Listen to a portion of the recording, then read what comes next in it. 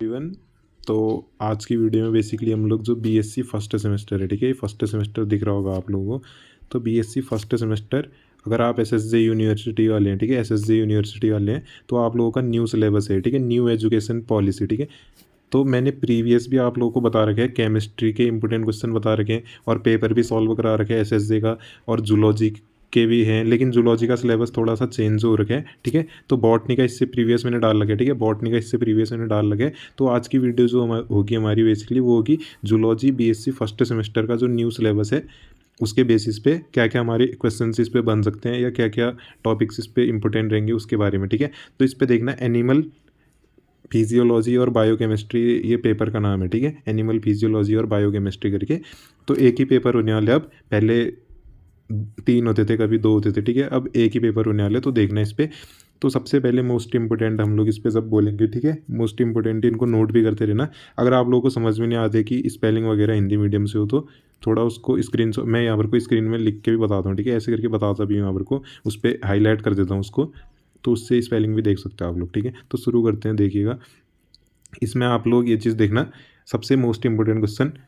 सबसे पहले तो देखो, बाकी सिलेबस तो पूरा छोड़ दो, ठीक है, बाकी सिलेबस तो पूरा छोड़ दो, सिलेबस को गोली मारो, सिलेबस को रहने दो, मैं बताता हूँ क्या पढ़ो, ठीक है। तो देखो इस पे जो ये टॉपिक्स दिख रहे हैं ब्लैक से यहाँ पर को, ठीक है, इसको कोई ध्यान नहीं देगा, लगे हैं सब पूरा सिलेबस कंप्लीट करने में 100%, लेकिन लोगों को यही नहीं पता है कि what is nutrition, what is respiration, what is excretion, what is blood vascular system, what is nervous system, what is muscular system, ठीक है। कितने क्वेश्चन बन गए, पहला क्वेश्चन, दूसरा क्वेश्चन, तीसरा, चौथा, पाँचवा, छठा, और यही नहीं है कि इनसे 6 क्वेश्चन बने हैं, ठीक है, इससे 6 क्वेश्चन मैंने यहाँ पर को बना नहीं रखे। इसमें से ऐसा है तुम लोगों का हर चीज़ आएगी, ठीक है। न्यूट्रिशन, व्हाट इज़ न्यूट्रिशन अगर बोल दिया, व्हाट इज़ न्यूट्रिशन अगर मैंने बोल दिया, ठीक है, व्हाट इज़ न्यूट्रिशन अगर क्वेश्चन बता रहा हूँ तो ये पेपर में है कि व्हाट इज़ न्यूट्रिशन सेम का सेम छप के भी आ सकता है, क्या हो सकता है, सेम का सेम छप के भी आ जाएगा वहाँ पर को, ठीक है, व्हाट इज़ न्यूट्रिशन। या ऐसा भी हो सकता है कि इससे रिलेटेड, जरूरी नहीं है व्हाट इज़ न्यूट्रिशन ही आए, ठीक है, हो सकता है इससे रिलेटेड क्वेश्चन आ जाए, ठीक है। तो सबसे पहले हम लोगों को पता होना चाहिए कि न्यूट्रिशन क्या होता है, ठीक है, न्यूट्रिशन क्या होता है। तो लिखना first question what is nutrition, ठीक है। अब देखो व्हाट इज रेस्पायरेशन, ठीक है, या डिफाइन न्यूट्रिशन, डिफाइन रेस्पायरेशन, ऐसे करके वो समझ लो तुम लोग, ठीक है। मैं बस टॉपिक बता रहा हूँ, व्हाट इज एक्सक्रीशन, क्या होता है एक्सक्रीशन, ये पता होना चाहिए ना हमको पहले। What is blood vascular system, हर जगह हेल्पफुल हो गए, ठीक है, सेम यही क्वेश्चन सबके आ जाए यही जरूरी नहीं है, लेकिन ऐसे है कि इससे पूरा बेसिक क्लियर होगा तो पढ़ो इसको। गूगल तुम्हारे पास है, गूगल हर किसी के पास है, जिसके पास बुक नहीं है, ठीक है, जिसके पास बुक नहीं है उसके पास गूगल है, ठीक है, गूगल में सब मिल जाते हैं एक क्लिक में, किसी की कोई ज़रूरत नहीं है आप लोगों को, ठीक है।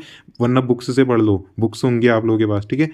बुक्स भी नहीं है तो 11वीं 12वीं की बुक्स सबके पास होंगी, अगर रखी हैं तो 11वीं 12वीं की बुक्स उसको खोजो, ठीक है, उसमें देखो गाइड वगैरह जो भी है तुम लोगों के पास, ठीक है। सबसे बेस्ट है गूगल में सर्च मारो, उसके बारे में लिखना प्रैक्टिस करो, रफ कॉपी में लिखो, ठीक है, रफ कॉपी में लिखो उसके बारे में। तो what is nutrition, what is respiration, what is excretion, what is blood vascular system, what is nervous system और व्हाट इज मस्कुलर सिस्टम, ठीक है। ये हो जाएंगे हमारे कितने, 5 या 6 क्वेश्चन, ठीक है। अब बढ़ते हैं हम लोग। ये क्वेश्चन मैंने क्यों बताया बेसिक, क्योंकि अगर कोई वीक स्टूडेंट भी होगा जिसकी जूलॉजी वीक है तो वो भी ये सारे के सारे क्वेश्चन कर लेगा, ठीक है, वो भी ये सारे के सारे क्वेश्चन कर लेगा। तो देखो अब हम मूव करते हैं और चीज़ों में, ठीक है।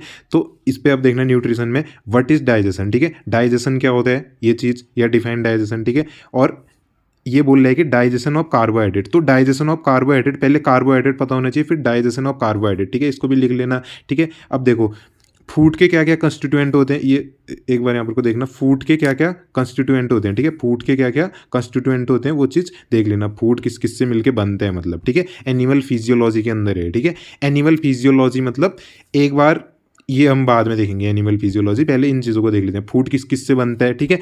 और डाइजेशन क्या होता है, डाइजेशन क्या होता है, एक क्वेश्चन यहाँ से बन सकता है कि इंट्रा सेलुलर और एक्स्ट्रा सेलुलर डाइजेशन क्या होगा, इंट्रा सेलुलर और एक्स्ट्रा सेलुलर डाइजेशन क्या होगा, इतनी बड़ी बड़ी लाइन लिखी है, ठीक है। मैं सिलेबस से बाहर का कुछ नहीं बता रहा हूँ, आएगा भी नहीं सिलेबस से बाहर का, आएगा भी तो वो भी हम कवर कर रहे हैं, इंट्रा सेलुलर और एक्स्ट्रा सेलुलर डाइजेशन, ठीक है।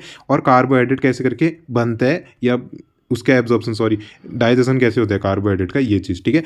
और फैट और प्रोटीन भी कह रहे हैं, लेकिन सबसे पहले तुम लोग digestion and absorption of carbohydrate देख लो, वही बहुत है। फिर मैं एक चीज़ बता रहा हूँ, तुम लोग क्या करो, कार्बोहाइड्रेट, फैट और प्रोटीन को पढ़ के ले जाओ, डाइजेशन फिर बाद की बात है, ठीक है। कार्बोहाइड्रेट, फैट और प्रोटीन को पढ़ के ले जाओ, बस इसके बारे में पूरा 2-3 पेज घर में रफ में पढ़ो उसको, ठीक है, रफ में प्रैक्टिस करो, ठीक है। अब देखो व्हाट इज़ रेस्पायरेशन हम लोगों ने लिखा था, तो रेस्पायरेशन में देखो तुम लोग कि रेस्पायरेशन की प्रोसेस कैसी होती है, ये हमारे बॉडी के अंदर या एनिमल्स की बॉडी के अंदर गैसेस का ट्रांसपोर्ट कैसे होता है, ठीक है, गैसेस कैसे करके ट्रांसपोर्ट होती है वो चीज़ देखो। और ये ऑक्सी हीमोग्लोबिन क्या चीज़ है, ऑक्सी हीमोग्लोबिन मतलब कि ह्यूमन्स के बारे में बता रहे हैं, ठीक है। ऑक्सीजन जब हमारा हीमोग्लोबिन जो ब्लड में प्रेजेंट है उसके साथ बाइंड हो जा रहा है, ठीक है, वो प्रोसेस वाली ये पूरा देख लेना उसको, ठीक है। रेस्पायरेशन के अंदर ही आ गया हो, ठीक है, रेस्पायरेशन के अंदर ही आ गया। अब देखो रेस्पायरेशन कैसे करके होती है और रेस्पायरेटरी पिगमेंट्स क्या क्या है, ठीक है, और ऑक्सी हीमोग्लोबिन, डीऑक्सी हीमोग्लोबिन, मतलब पूरा ही आ जाएगा। रेस्पायरेशन की प्रोसेस कैसे हो रही है उसके अंदर पूरा आ जाएगा, तो रेस्पायरेशन पूरा ही देख लो उसको, उससे बेसिक क्लियर हो जाएंगे, ठीक है। अब ये चीज़ें तो है हमारी ऑक्सी हीमोग्लोबिन वाली। अब एक्सक्रिएशन, ठीक है, एक्सक्रिएशन व्हाट इज एक्सक्रिएशन देख लिया था। इस पे देखो कि मेन चीज़ है ये पता होना चाहिए हमको कि एमोनोटैलिक एनिमल्स क्या होते हैं, यूरियोटैलिक क्या होते हैं, ग्वेनोटैलिक एनिमल्स क्या होते हैं, ठीक है। ये चीज़ देख लेना, इन पे डिफरेंस देख लो, इन तीनों पे डिफरेंस देख लो। या ऐसा करो कि मैंने एक चीज़ तुम लोगों को बताई, रफ कॉपी लो ना, गूगल या बुक जो भी है तुम्हारे पास, गूगल में सर्च मारो ये, ठीक है, एमोनोटैलिक, यूरियोटैलिक और ग्वेनोटैलिक जो भी चीज़ें है, बुक है तो बुक से पढ़ो, बुक है तो बुक से पढ़ो, नहीं तो गूगल से पढ़ो, ठीक है। तो इसको देखो तुम लोग, एमोनोटैलिक, यूरियोटैलिक और ग्वेनोटैलिक, इन पे डिफरेंस देखो, ठीक है। इसको नोट करके बढ़िया इन पे 3-4 पेज लिखने की कोशिश करो, एक टॉपिक पे 3-4 पेज, ठीक है, ताकि पेपर में तुम्हें पढ़ने के लिए आसानी हो, ठीक है। अब देखो इन पे डिफरेंस देखोगे, ठीक है, ये चीज़ हो जाएगी। और जो एनिमल्स हैं या जो मैमल्स हैं उसमें यूरिन फॉर्मेशन कैसे होते हैं, मोस्ट इंपोर्टेंट है, आ सकता है यूरिन फॉर्मेशन। और एक चीज़ बताई थी मैंने तुम लोगों को, एक्सक्रेशन क्या होता है वो चीज़, और ये इन तीनों में डिफरेंस आ सकते हैं, ठीक है, इन तीनों में डिफरेंस आ सकते हैं। सबसे पहले तो ऐसा करना है कि डिफरेंस क्या पढ़ने हैं, इन तीनों को सेपरेटली पढ़ लो, 3-3, 4-4 पेज मिनिमम इनके बारे में पढ़ लो, बस हो गया। इन पे डिफरेंस वैसे ही कर लोगे, ठीक है, समझ में आ जाएगा। तो बाकी कुछ नहीं होता है, हिंदी मीडियम से इंग्लिश मीडियम से पढ़ के सब आ जाता है। ये देखो ब्लड वेस्कुलर सिस्टम, ठीक है, ब्लड वेस्कुलर सिस्टम क्या होता है वो चीज़ तो हो जाएगी। अब इस पे देखो ब्लड किस किस से मिलके बनता है, किस किस से मिलके ब्लड बनता है एनिमल्स का, और ब्लड के क्या क्या कार्य होते हैं, क्या क्या फंक्शन होते हैं, ब्लड किस किस से मिलके बनता है, और ब्लड के जो खून है रक्त है उसके क्या क्या कार्य होते हैं, ठीक है। और ब्लड कोगुलेशन क्या होता है, ये चीज़ रहने दो, ब्लड किस किस से मिलके बनता है और फंक्शंस ऑफ ब्लड क्या क्या होते हैं, ठीक है। वैसे ब्लड वेस्कुलर सिस्टम मैंने बोल दिया, डिफाइन ब्लड वेस्कुलर सिस्टम, ये what is blood vascular system, उस पर पूरा ही आ गया, ठीक है। ये तभी मैंने सबसे पहले ये पूरे टॉपिक बताया, ठीक है। तो देखो अब देखो हार्ट कितने टाइप का होता है, ये चीज़ देख लेना, हार्ट क्या चीज़ है, और दिल, ठीक है, हार्ट कितने टाइप का होता है, किस किस चीज़ से बना होता है, और हार्ट के कितने टाइप होते हैं, ठीक है, कितने टाइप होते हैं एनिमल्स में, अलग अलग एनिमल्स में अलग अलग हार्ट होंगे ना, ठीक है। तो इसको देख लेना, ठीक है। अब हम मूव करते हैं नर्वस सिस्टम की तरफ, ठीक है। नर्वस सिस्टम में देखना न्यूरॉन्स कितने टाइप के होते हैं, डिफाइन नर्वस सिस्टम या व्हाट इज नर्वस सिस्टम से तो बेसिक क्वेश्चन बनेगा ही, लेकिन न्यूरॉन से कितने टाइप के होते हैं, ठीक है, टाइप्स ऑफ न्यूरॉन, ठीक है, वो चीज़ पढ़ लेना। और ये न्यूरॉन किस तरीके से हमारा काम करते हैं, न्यूरॉन्स हमारे किस तरीके से काम करते हैं, किसमें नर्वस सिस्टम में, किसमें नर्वस सिस्टम में हमारे न्यूरॉन्स किस तरीके से, उसका क्या मैकेनिज्म है, कैसे करके काम करते हैं, और न्यूरो ट्रांसमीटर क्या होते हैं, ठीक है, साइनेप्स ये सब चीज़ें, ट्रांसमिशन ऑफ नर्व इम्पल्स कैसे करके न्यूरॉन्स जो होते हैं वो सिग्नल्स को ट्रांसमिट करते हैं, ठीक है। अब देखो मस्कुलर सिस्टम है ना हमारा, जो मस्कुलर सिस्टम दिख रहे हैं, मस्कुलर सिस्टम, ठीक है। तो इसमें क्या है, मस्कुलर सिस्टम में देखना मसल की कॉन्ट्रैक्शन कैसे होती है। सबसे पहले देखो टाइप्स ऑफ मसल क्या होती है, और मस्कुलर सिस्टम में तो पूरा ही आ गया, मस्कुलर सिस्टम में तो पूरा ही आ गया। तो इसमें सबसे पहले देखना मसल का कॉन्ट्रैक्शन कैसे होता है और उसकी मैकेनिज्म क्या है, ठीक है, ये चीज़ देख लेना। और मसल कितने टाइप की होती हैं, और ये चीज़ कि फैटिग्यू क्या होता है, या ये वैसे उतना मोस्ट इंपोर्टेंट नहीं है, लेकिन लास्ट में देख सकते हो अगर टाइम मिलता है तो, ठीक है। अब मूव करते हैं बायोकेमिस्ट्री की तरफ, ठीक है। बायोकेमिस्ट्री मतलब थोड़ा बहुत केमिस्ट्री से रिलेटेड है।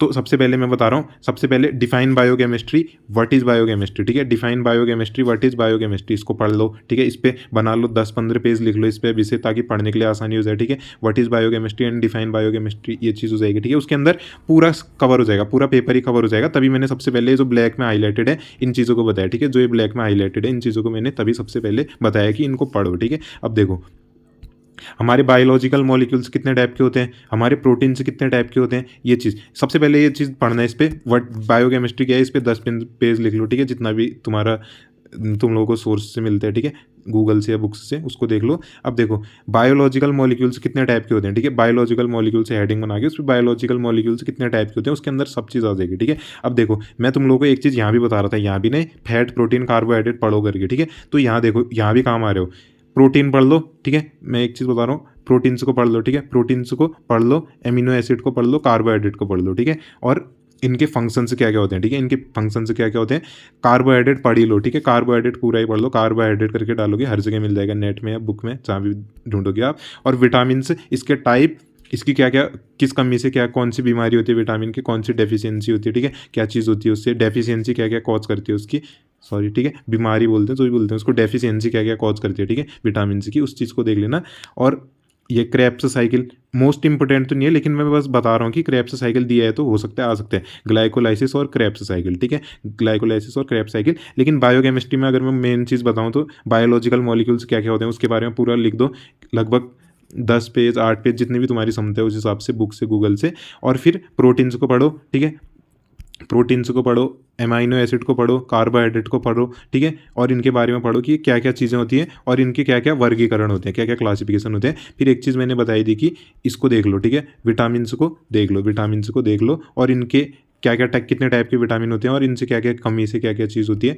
बाकी क्रेब्स साइकिल ये तो है ही, ये तो हम लोगों ने पूरा सिलेबस कवर कर लिया इस पर, ठीक है। अब मेन चीज़ है कि आप लोग ऐसा करना कि 7 से 8 पेज तो हर टॉपिक के बारे में लिखो, जितने भी ये ब्लैक से यहाँ पर को हाईलाइटेड है वो चीज़ मैंने पहले बता दिया, ठीक है। और जितनी भी मेन मेन चीज़ें थी इस पर वो चीज़ें हम लोगों ने देख ली है, ठीक है। तो इस पर एनिमल फिजियोलॉजी बायोकेमिस्ट्री आप लोगों का पूरा हो जाएगा। वीडियो अगर पसंद आ जाए तो इसको लाइक करिएगा, ठीक है। यहाँ पर को पूरे हर टॉपिक को पढ़ा हुआ ना मेरे लिए भी पॉसिबल नहीं है, तो मैंने बस कैसे करके पढ़ सकते हो, कैसे करके नोट्स बनाओ बुक से गूगल से, ठीक है, वो चीज़ बताई। बेस्ट है अभी से 10 पेज तो मिनिमम सब में लिखने की कोशिश करो ताकि पढ़ने के लिए आसानी हो पेपर के लिए, ठीक है, ताकि पढ़ने के लिए आसानी हो पेपर के लिए। अगर आप लोगों को वीडियो पसंद आ जाए तो इसको लाइक करिएगा और अपने दोस्तों के साथ शेयर करिएगा, ठीक है। All the best for your exams, ठीक है।